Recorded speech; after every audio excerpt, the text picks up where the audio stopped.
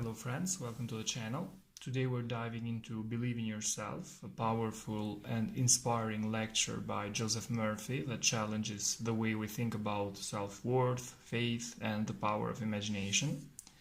Joseph Murphy reminds us that the only limits we truly face are the ones we accept in our minds. In this video, we will explore how belief in your own inner power can shape your reality and why your imagination holds the key to everything you desire. If you're ready to break free from doubt and step into your full potential, let's begin. Make your dreams come true. Your mental attitude means your mental reaction to people, circumstances, conditions, and objects in space. You can develop the right mental attitude when you realize that nothing externally can upset you or hurt you without your mental consent. You are the only thinker in your world. Consequently, nothing can move you to anger, grief, or sorrow without your mental consent. The suggestions that come to you from the outside have no power whatsoever except you permit them to move you in thought negatively. Realize you are master of your thought world. Emotions follow thought, hence you are supreme in your own orbit. Do you permit others to influence you? Do you allow the headlines in the newspapers or the gossip or criticism of others to upset you or bring about mental depression?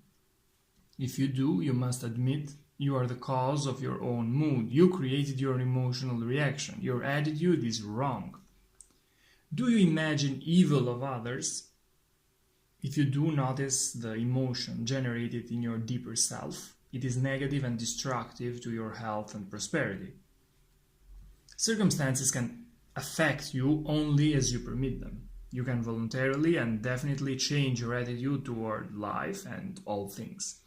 You can become master of your fate, the captain of your soul. Through disciplined, directed, and controlled imagination, you can dominate and master your emotions and mental attitude in general. Murphy writes, "You mold, fashion, and shape your outer world of experience according to the mental images you habitually dwell on." Imagine conditions and circumstances in life which dignify, elevate, please, and satisfy. If you imagine life is cold, cruel, hard, bitter, and that struggle and pain are inevitable, you are making life miserable for yourself. And this is something you should try to avoid. In ancient symbology, the sun and the moon represent the conscious and subconscious mind. The 11 stars represent the 11 powers in addition to imagination. Here again, the inspired writers are telling you that disciplined imagination takes precedence over all other faculties of the mind and controls the direction of the conscious and subconscious mind. Imagination is first and foremost. It can be scientifically directed. Every invention of Thomas Edison was first conceived in his imagination. The same was true of Tesla, another great inventor and scientist. The capacity to imagine causes you and enables you to remove all barriers of time and space. You can reconstruct the past or contemplate the future through your inner eye. Imagination, when disciplined, spiritualized, controlled, and directed, becomes the most exalted and noblest attribute of man.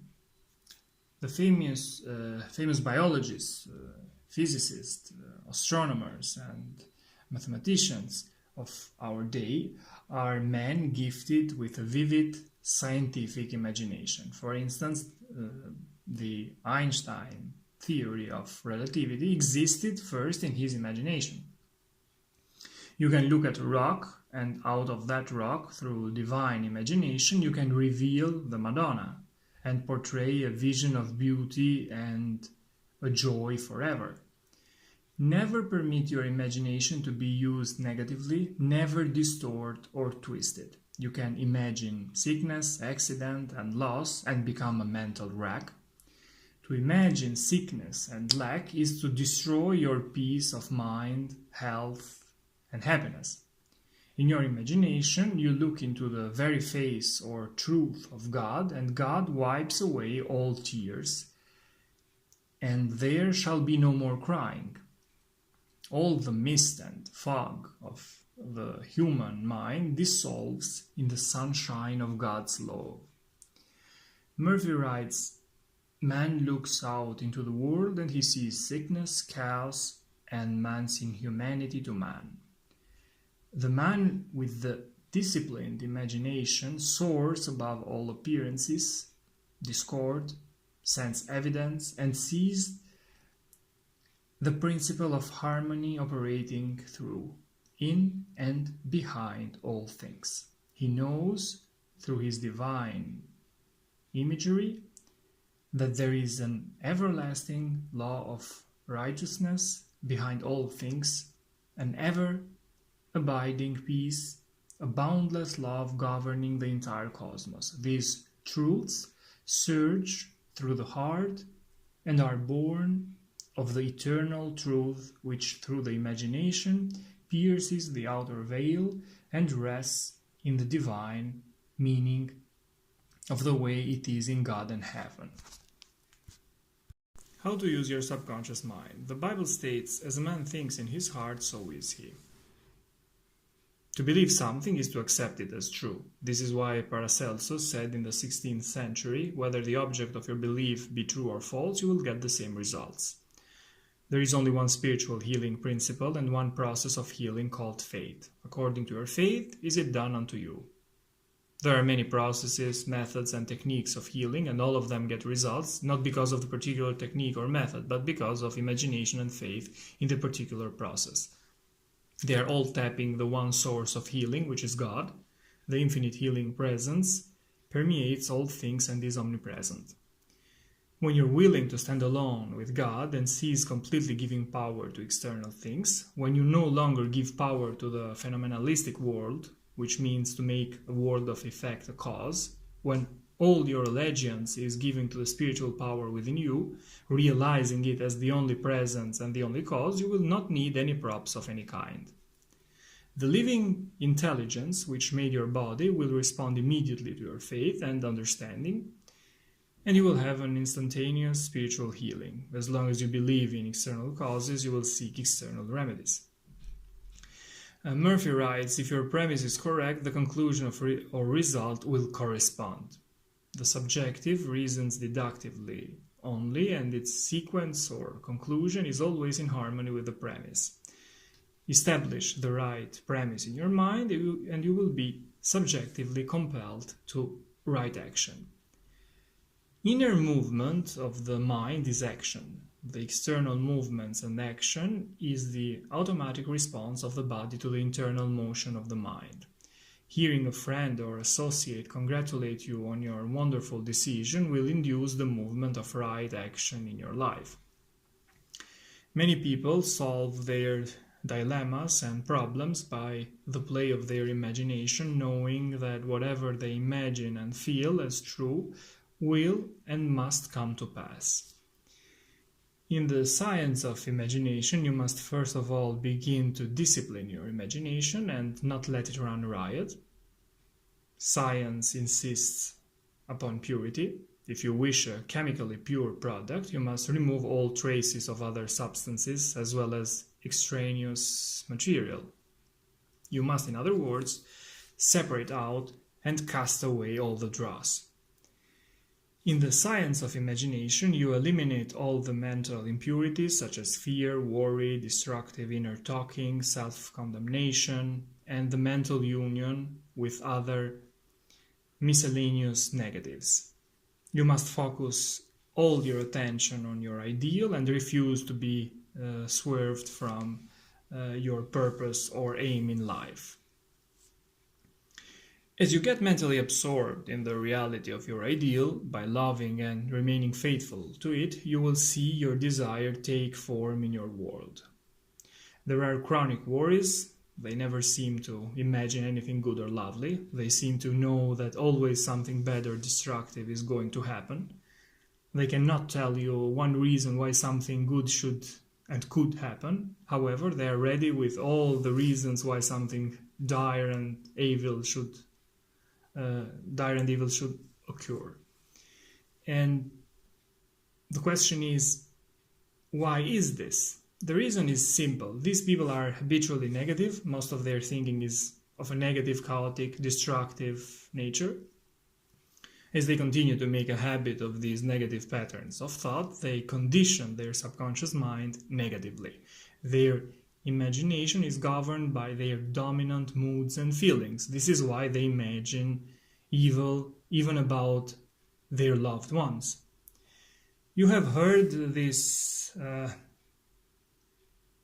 oft-repeated quotation: man is made in the image and likeness of God. This means your mind is God's mind, as there is only one mind. Your spirit is God's spirit, and you create in exactly the same way and through the same law as God creates. Your individual world, which means experiences, conditions, circumstances, environment, as well as your physical health, financial states, social life, etc., is made out of your own mental images and after your own likeness. And like attracts like. Your world is a mirror reflecting back to you your inner world of thought, feeling, beliefs, and inner conversations. The conscious mind of man is the motor, the subconscious is the engine. You must start the motor and the engine will do the work. The conscious mind is the dynamo that awakens the power of the subconscious. The first step is conveying your clarified desire, idea, or image to the deeper mind. The first step in conveying your clarified desire, idea, or image to the deeper mind is, according to Murphy, to relax, immobilize the attention, get still and quiet. This quiet, relaxed, peaceful attitude of mind prevents extraneous matter and false ideas from interfering with your mental absorption of your ideal. Furthermore, in this quiet, passive, receptive attitude of mind, effort is reduced to a minimum. In the second step, you begin to imagine the reality of that which you desire. And this procedure or technique is older than the Bible. The outside mirrors the inside. External action follows internal action. Conscious thinking. Know what you want. The subconscious mind will carry out the idea because you have a definite, clear-cut concept of what you wish to possess. Imagine clearly the fulfillment of your desire, then you're giving the subconscious something definite to act upon. The subconscious mind is the film upon which the picture is impressed. The subconscious develops the picture and sends it back to you in a material, objectified form. The camera is you consciously imagining the realization of your desire through focused attention. As you do this in a relaxed, happy mood, the picture is cast on the sensitive film of the subconscious mind.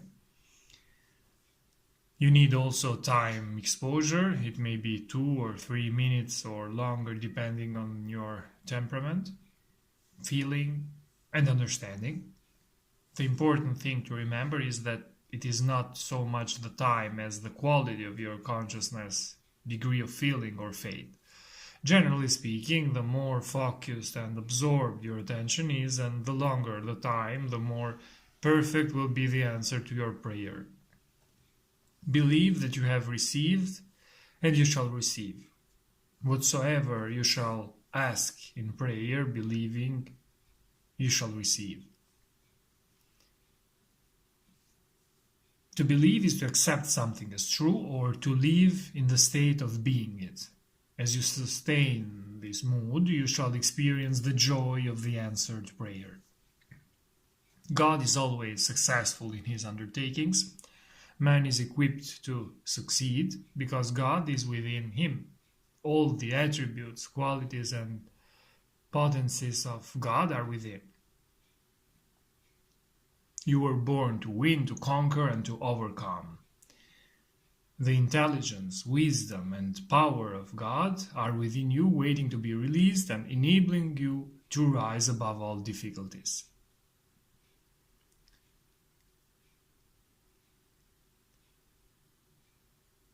Joseph Murphy writes, "We are compelled to express our subjective beliefs, impressions, and convictions.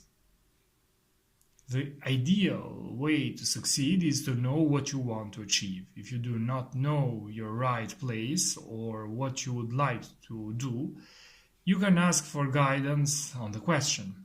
The deeper mind will respond. As a result, you will find a push or tendency in a certain field or of activity. The deeper mind is responsible to your thought. The subconscious, sometimes called subjective or deeper mind, sets in operation its unconscious intelligence, which attracts to the individual the conditions necessary for his success. Man should make it a special point to do the thing he loves to do. When you're happy in your endeavor, you are a success. Accept the fact that you have an inner creative power. Let this be a positive conviction. This infinite power is responsive and reactive to your thought. To know, understand, and apply this principle causes doubt, fear, and worry to gradually disappear. If a man dwells on the thought, for example, of failure, the thought of failure attracts failure. The subconscious takes the thought of failure as his request and proceeds to make it manifest in his experience because he indulges in the mental practice of conceiving failure. The subconscious mind is impersonal and non-selective. What does success imply to you? You want undoubtedly to be successful in your relationship with others. You wish to be outstanding in your chosen work or profession. You wish to possess a beautiful home and all the money you need to live comfortably and happily. You want to be successful in your prayers and in your contact with the universal power within you. Imagine yourself doing the thing you long to do and possessing the things you long to possess. Become imaginative mentally, participate in the reality of the successful state, enter into the state of consciousness frequently, make a habit of it, then you will find you will be guided to do everything necessary for the realization of your dream. Go to sleep feeling successful every night and perfectly satisfied. You will succeed eventually in implanting the idea of success in your subconscious mind.